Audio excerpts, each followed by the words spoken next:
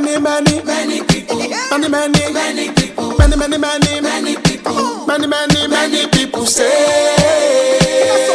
Ejala no be small fish. Oh. All of my dark days are gone. Won't you made me strong? I'm proud of the man I've become. You can't have what is my own. One most. Hey Jago! Hey Jago! Hey Jago! Hey Jago! They press money before. That's right. That's one I old taker. Me self go press for sure. I be the new taker. What he pays on me? Old taker, he pays on me. I love pays on me. Oh man, me no pays on me.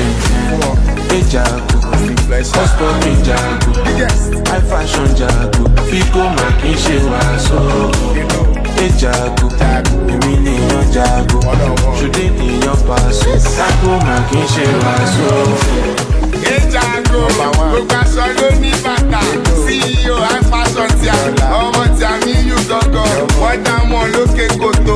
Àtọ́bàjẹ́ wọn Mọ́ríkà. Ojú rí fẹ́ sinimá. Ajá wọn, ajá tí yóò wá sáré wọn Switzerland. Wọ́n dá wọn l'Amẹ́ríkà. High fashion wọn Canada. Ó yẹ kú Jago ló bá. Somebody $50, my gun on CB. No money is never enough. Ta he don't go there. Call me Kunsoke. I left them to Fido. Oja get on one set your love. Go out or go home. Oh no, ya mi musalole. Hey Jago, custom me Jago. I fashion Jago. Fico making shit was so. Hey Jago, million Jago. Should they need your pass? Jago making shit was so.